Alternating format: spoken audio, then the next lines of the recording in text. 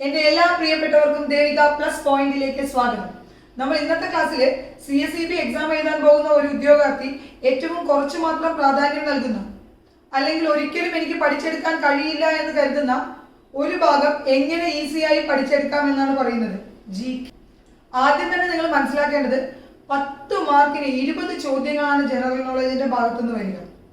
ആ 20 ചോദ്യങ്ങളും പാടെ ഒഴിവാക്കിക്കൊണ്ട് എക്സാം എഴുതാൻ പോകുന്ന ഒരു ഉദ്യോഗാർത്ഥി, അല്ലെങ്കിൽ എനിക്ക് കറക്കി കുത്തി കിട്ടിയ മാർക്ക് മതി, അല്ലെങ്കിൽ നിങ്ങളോട് ആരെങ്കിലും പറയുകയാണ് അത് അങ്ങനെ പഠിച്ചാൽ മതി, അല്ലെങ്കിൽ അത് കറക്കി കുത്തുമ്പോൾ നിങ്ങൾക്ക് കിട്ടും 2 2.5 മാർക്ക്, അതാണ് നിങ്ങളുടെ ഏറ്റവും വലിയ സ്കോർ എന്ന് നിങ്ങളോട് ആരെങ്കിലും പറയുന്നുണ്ടെങ്കിൽ ഒരിക്കലും അങ്ങനെയല്ല. നിങ്ങൾ മനസ്സിലാക്കേണ്ട ഒരു കാര്യം, നമ്മൾ 80 മാർക്കിലാണ് നമ്മളുടെ നമ്മളുടെ ഏറ്റവും ഇമ്പോർട്ടൻ്റ് ആയിട്ടുള്ള ഒരു 63-65 റേഞ്ചിലോട്ട് എത്താൻ നോക്കുന്നത്.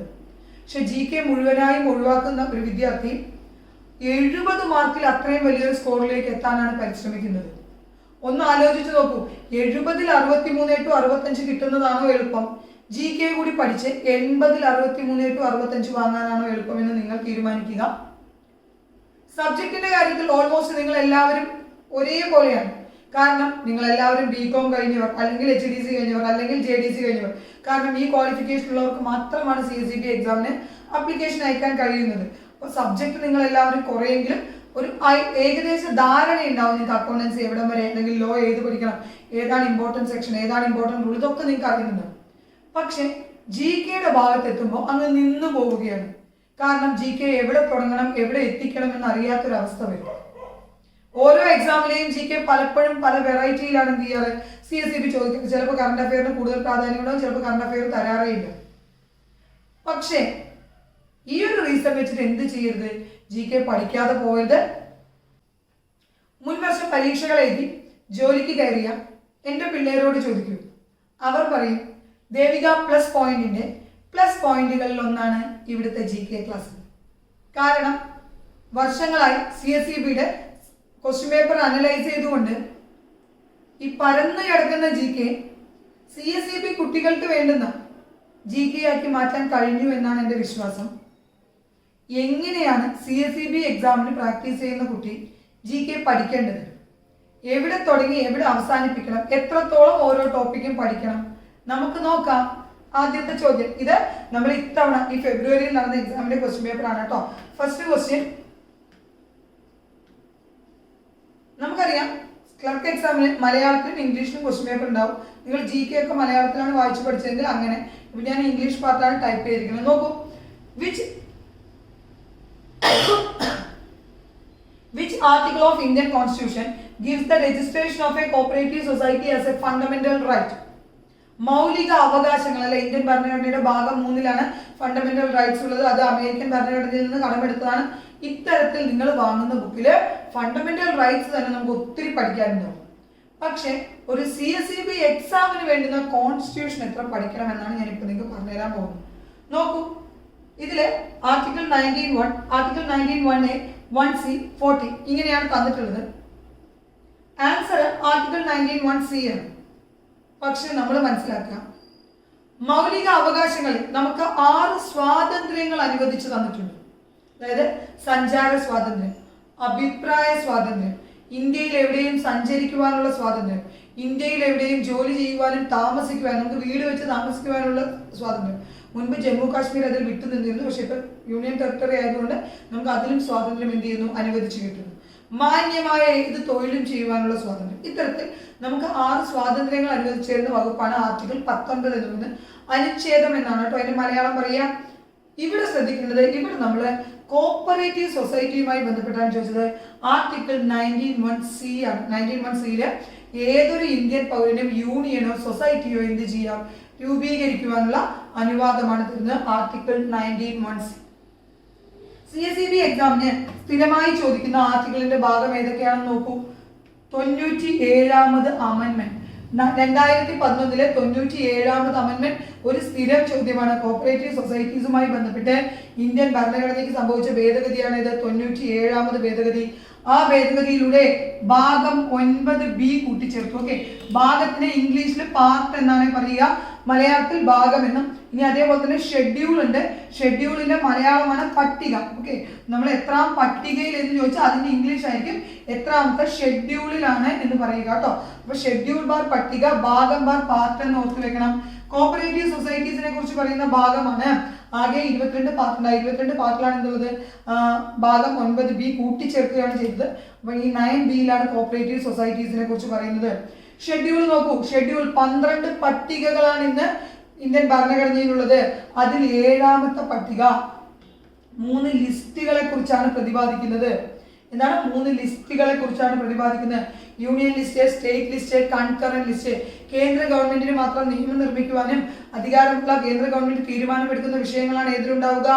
യൂണിയൻ ലിസ്റ്റിൽ ഉണ്ടാവുക. അതായത് നമ്മുടെ പ്രൊട്ടക്ഷൻ അല്ലെങ്കിൽ ആർമി, കരസേന, നാവികസേന, ഇതെല്ലാം യൂണിയൻ ലിസ്റ്റിൽ പെടുന്ന വിഷയമാണ്. റെയിൽവേ, പോസ്റ്റൽ, ടെലിഫോൺ, ഇത്തരത്തിൽ സെൻട്രൽ ഗവൺമെന്റിന് മാത്രം, ഓക്കെ, എയർലൈൻസ്, ഇതൊക്കെ സെൻട്രൽ ഗവൺമെന്റിന്റെ അധികാരത്തിലുള്ളതാണ്. അതാണ് യൂണിയൻ ലിസ്റ്റ്. സ്റ്റേറ്റ് ലിസ്റ്റ് സംസ്ഥാന ഗവൺമെന്റിനാണ് അധികാരം എടുക്കാനുള്ള വിഷയങ്ങളാണുള്ളത്.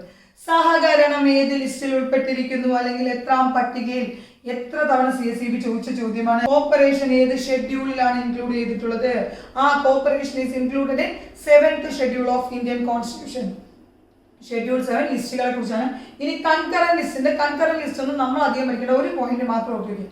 കേന്ദ്ര ഗവൺമെന്റിനും സംസ്ഥാന ഗവൺമെന്റിനും ഒരുമിച്ച് തീരുമാനമെടുക്കാൻ അധികാരമുള്ളതാണ് ഇത് കൺകറന്റ് ലിസ്റ്റ്. കൺകറന്റ് ലിസ്റ്റ് ഏത് ഉൾപ്പെട്ട ഒരു വിഷയം മാത്രം അറിഞ്ഞാൽ മതി, വിദ്യാഭ്യാസം. വിദ്യാഭ്യാസം ഏതിലാണ്? കൺകറന്റ് ലിസ്റ്റിലാണെന്ന് മാത്രം പഠിച്ചു വയ്ക്കുക. അപ്പൊ ഈ പോയിന്റുകൾ എല്ലാം തന്നെ CSEB ചോദിച്ചിട്ടാണ്. നോക്കൂ, 97th അമെന്റ്മെന്റ് ആണ് എന്തിന് കോപ്പറേറ്റീവ് സൊസൈറ്റീസ് ഭാഗത്തിൽ ഉൾപ്പെടുത്തിയത്. അത് പാർട്ട് 9Bയിലാണ്, ഷെഡ്യൂൾ 7ലാണ്. സ്റ്റേറ്റ് ലിസ്റ്റിൽ ഉൾപ്പെട്ട വിഷയമാണ് സഹകരണം എന്നും കൂടി പഠിക്കുക. ഇനി കുറച്ച് ആർട്ടിക്കിൾസ് ആണ് സ്ഥിരമായിട്ട് CSEBക്ക് ഇഷ്ടമുള്ള ആർട്ടിക്കിൾ.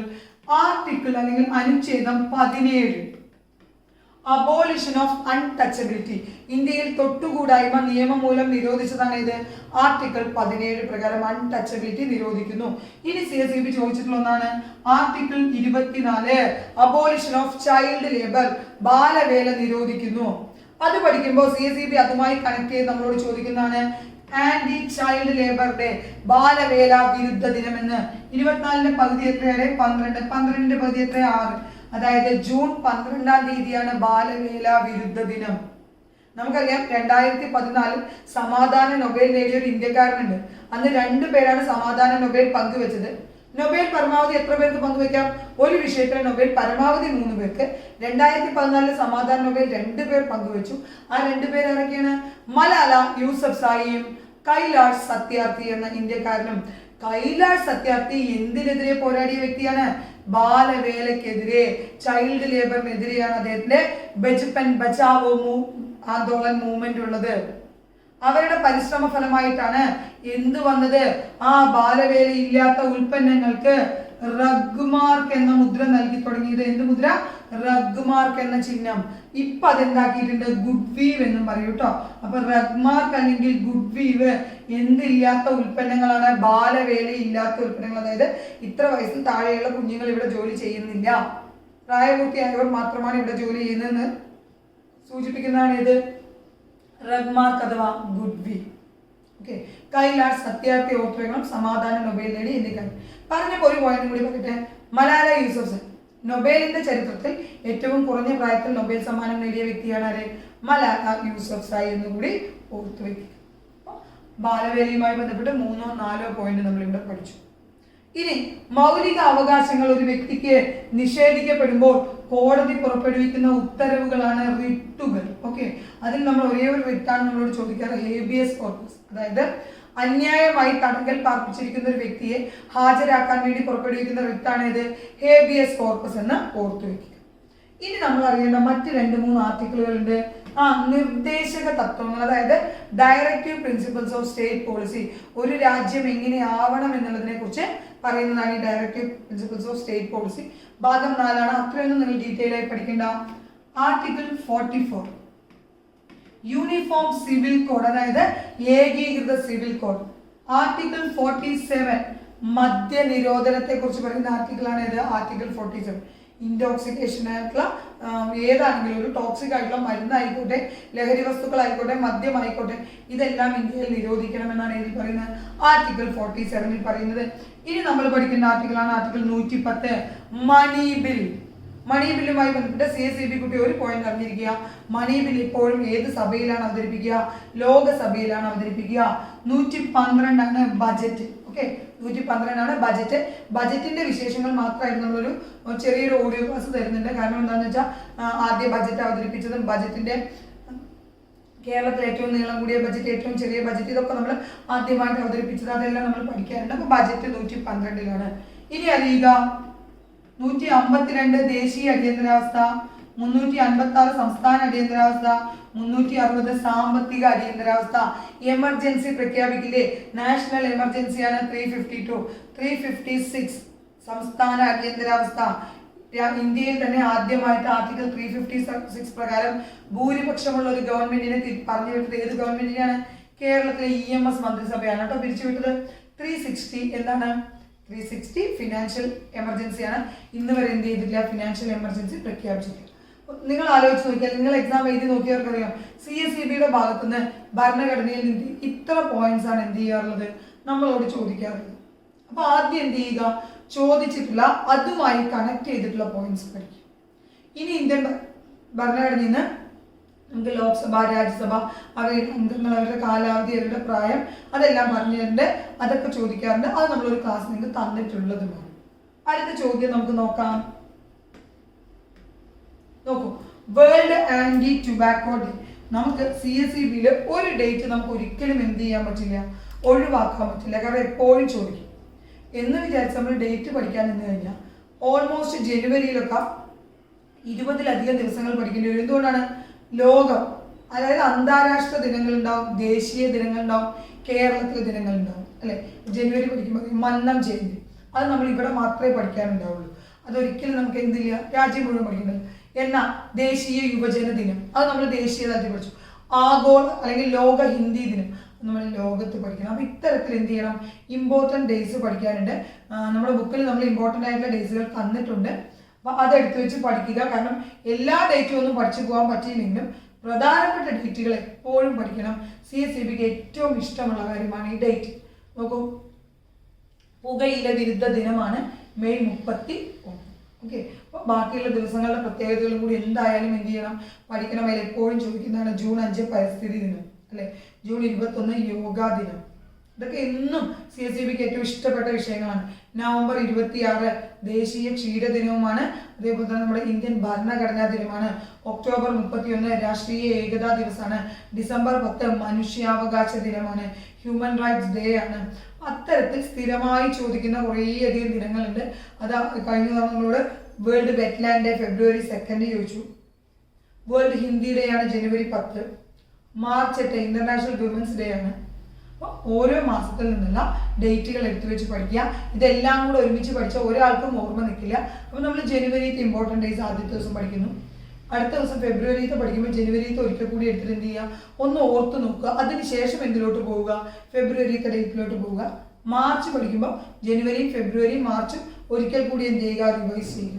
അങ്ങനെ പഠിച്ചു വെച്ച് കഴിഞ്ഞാൽ നിങ്ങൾക്ക് ഉറപ്പായിട്ടും പിന്നീട് അങ്ങോട്ട് പോകുമ്പോൾ എക്സാമിന് ഡേറ്റുകൾ ചോദിക്കുമ്പോൾ നമുക്ക് എന്ത് ചെയ്യാൻ പറ്റും? ഈസി ആയിട്ട് ഓർത്തെടുക്കാൻ കഴിയും. ഓക്കെ, അടുത്ത ചോദ്യം നോക്കൂ.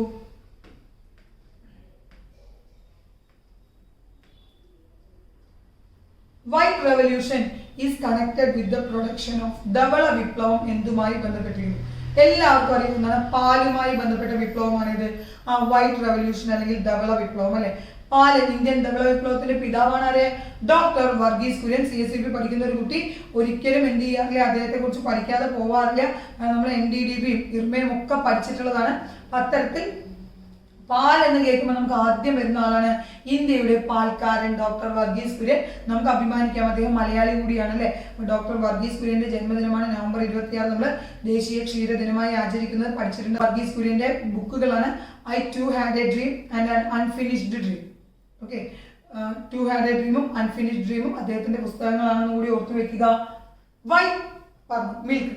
അപ്പൊ നമ്മള് ഇനി ഫിഷിന്റെ പ്രൊഡക്ഷനുമായി ബന്ധപ്പെട്ട് ഇങ്ങനെയാണ് ഒരു ചോദ്യം കിട്ടുമ്പോൾ അതുമായി റിലേറ്റ് ചെയ്ത് വരാവുന്ന എല്ലാം പഠിക്കണം. ഫിഷിന്റെ പ്രൊഡക്ഷൻ ആണ് ബ്ലൂ റെവല്യൂഷൻ, നീല വിപ്ലവം. എന്താണെന്ന് ചോദിച്ചാൽ എന്താണ്? ഫിഷ് പ്രൊഡക്ഷനുമായി ബന്ധപ്പെട്ടതാണ്. ഫ്രൂട്ട്സ് എപ്പോഴും ഉണ്ടല്ലോ ഗോൾഡൻ റെവല്യൂഷനിലാണ് വരിക. കാരണം ഗോൾഡൻ റെവല്യൂഷൻ പറഞ്ഞാൽ ഫ്രൂട്ട്സും നമ്മുടെ ഹണി ഇല്ല, ഹണിയുടെ ഒക്കെ പ്രൊഡക്ഷൻ ഗോൾഡൻ റെവല്യൂഷനിലാണ് പെടുത്തിയിരിക്കുന്നത്. ഫ്രൂട്ട്സ് പഠിക്കുമ്പോൾ വേറെ ഒരെണ്ണം പഠിക്കണം.